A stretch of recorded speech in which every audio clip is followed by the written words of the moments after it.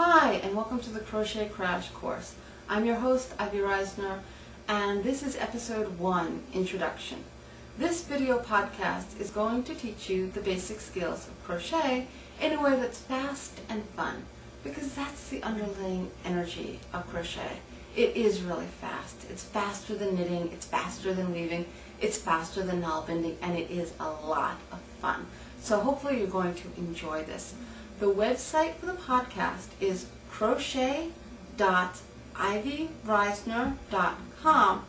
Also at that domain, if you go to www.ivyreisner.com, you'll find information on my other projects. I have Knitting Step by Step, which teaches you the basics of knitting. I have a writing podcast. I have a demon podcast. It's all listed there. If you have any questions, please feel free to email me. My email address is ivy@ivyreisner.com. Now, we're going to be doing this over a course of 3 weeks.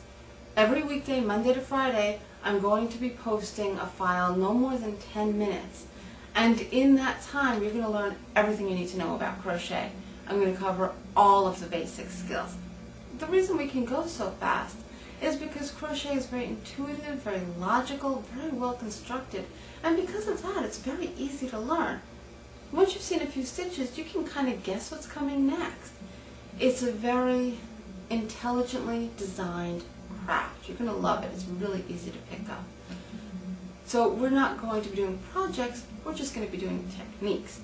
So you're going to need very little in the way of supplies. 1 ball of yarn, worsted weight. Done. 1 crochet hook, size G, H, I, something like that. Anything in that middle zone is good. Now, just to talk a bit about crochet hooks. If you've seen those really tiny crochet hooks, sometimes they sell them in bead stores because they're good for picking beads onto a thread or a yarn for crochet, for beaded knitting or beaded crochet. Those are called steel crochet hooks. They're used for things like those little doilies or a bride's veil or very fine lace. And they are sized numerically. So you'll have a size 0 is a small one, and then 1, and then 2. They actually go smaller than 0. You can go 00, 000, quadruple 0. I think they have size 6 zeros, but those are really hard to find. The hooks that you're going to use with yarn are the aluminum crochet hooks, and they go alphabetically. A is the smallest, N is the largest. H is about a middle range, so you want something close to an H, as close as you can get to an H for this. That's just going to make it easiest for you to handle the yarn, to see your stitches, and to learn the skills. Now, a couple of notes about a few more things. Nomenclature. The United States terms for some stitches and the European terms for some stitches don't match up. In fact, for most stitches, they don't match up.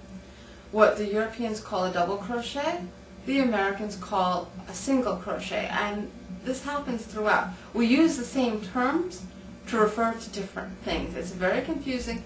I'm going to put a chart up on the website as a conversion so you can do both sorts of patterns, but I'm going to teach you the American nomenclature because that's the one I know best.